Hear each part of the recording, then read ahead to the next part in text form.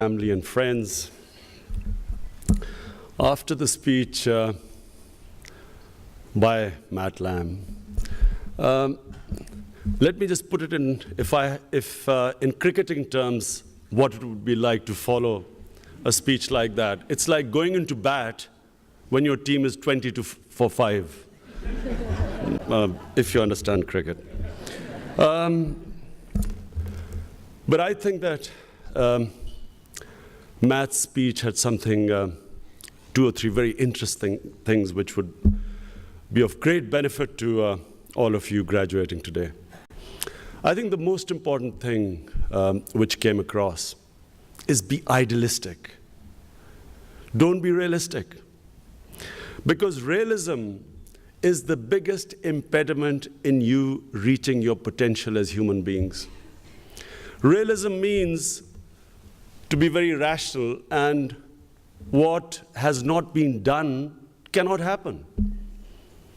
If Edmund Hillary was realistic, he would not have climbed Mount Everest.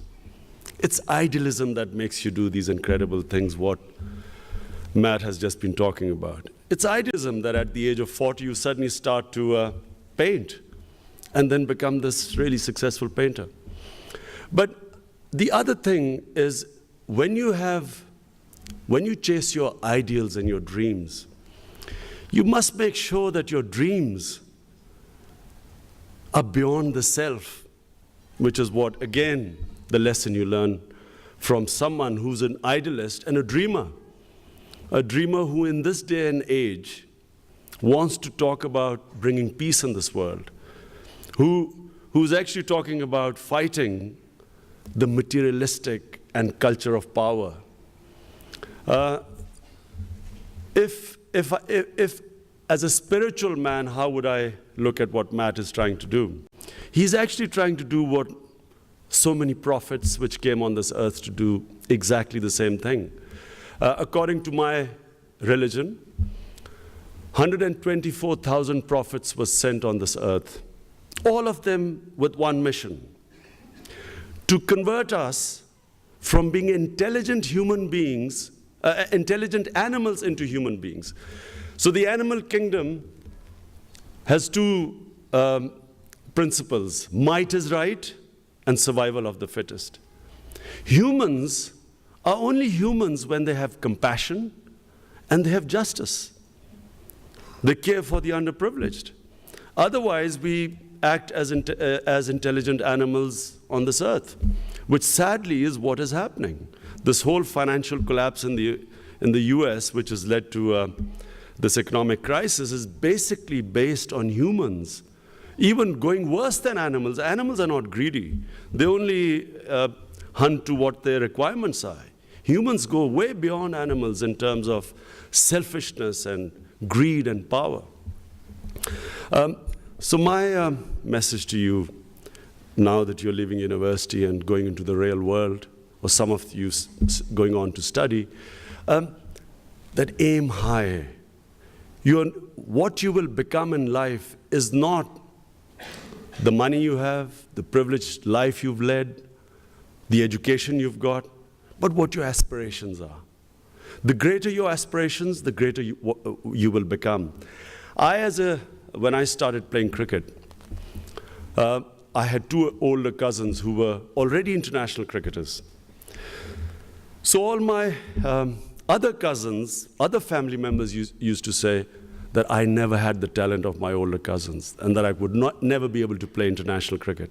So exactly what Matt said, all my life when I was trying to become a cricketer, I heard, it's not possible. You don't have it. And then when I set out to build the cancer hospital, the only cancer hospital in Pakistan after my mother died of cancer, and I realized that in a population of 170 million people, there was no cancer institute. So when I started building the cancer hospital, I didn't know how to go about it. I invited 20 doctors who were the top doctors in my town and asked them, how do I go about it? 19 said, you cannot build a cancer hospital in Pakistan. 19. They said the government had tried and failed. And one said, yes, it's possible, but my ambition was to treat 70% of patients free in a private cancer hospital. And the one who said yes said, you cannot treat cancer patients free because the running cost is very high.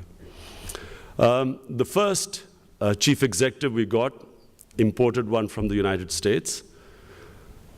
In the first board meeting, he said that if you treat more than 5% of cancer patients free, this hospital is going to close in 3 months. The chief executive left 6 months later.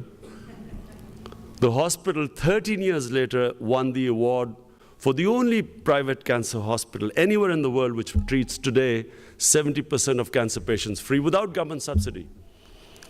When I went into politics, again, the same thing, it's impossible. Here I want, a bit like Matt, different though, to change my country and make it into a just society, a society where there is economic and judicial justice, not might is right, which is prevailing right now. Again, the same thing, that it's not possible. Although I'm still struggling, but I feel I'm getting there. Also building a university in one of the most remote parts of Pakistan, the only private sector university in rural areas in Pakistan, helped by, of course, Bradford University. And my dream is to have a university down there, a knowledge city, a place which is very close to where they think that Al-Qaeda is hiding, Waziristan. Yet, we have already opened this college. It's now about to be converted to university, and 100% so far is scholarship. So it's free for the underprivileged people. All I'm saying from my life, what I've learned is that all the time people will tell you this is not possible. It's not practical. It's not realistic. But the ones out of you who will achieve your potential in life will be the ones who will not believe that anything is impossible, who will chase their dreams, who will aim high. And happiness does not come from, remember, and I think Matt will tell you that too, it does not come from material well-being or comforts. A lot of us are conditioned that happiness is if you have millions and plus and billions, it brings you happiness. It doesn't. I have, over my playing career, mixed with some of the richest people in the world, and I found some of them to be the most unhappiest. Happiness actually comes from chasing your dreams, struggling towards your dreams. And along the way, you will have a lot of setbacks. But it's those little gains you will have on the way chasing your dreams which will give you this immense satisfaction and fulfillment, which does not come from money.